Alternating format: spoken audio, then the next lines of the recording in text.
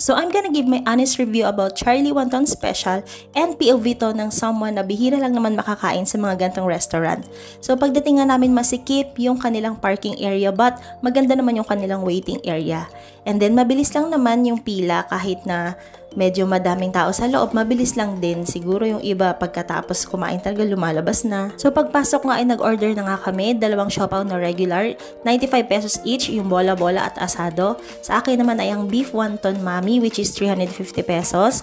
Tapos kay Lar is wonton mami lang which is 280 pesos. Akala ko lang malaki kasi special pero hindi pala siya masyadong malaki. Pero marami naman siyang sahog.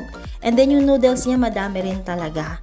Tapos, yung sabaw niya, meron siyang extra soup na ibibigay sa inyo. Kaya, hindi naman kayo mauubusan. Unang tinikman nila yung kanyang bola-bola na siopaw. And, base sa kanya, masarap yung pinaka-tinapay. Tapos, yung pinaka-palaman is, medyo parang ordinary lang naman. Tinikman ko na rin yung aking beef wonton mami. And, masarap yung sabaw niya, guys. Oo, honestly, masarap talaga yung sabaw. And then, yung pinaka-beef niya, malambot, masarap. Yung noodles, okay.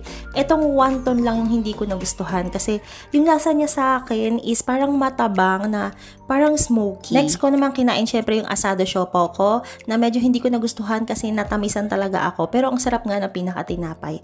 So yun lang, great experience na din kahit papano kahit medyo pricey.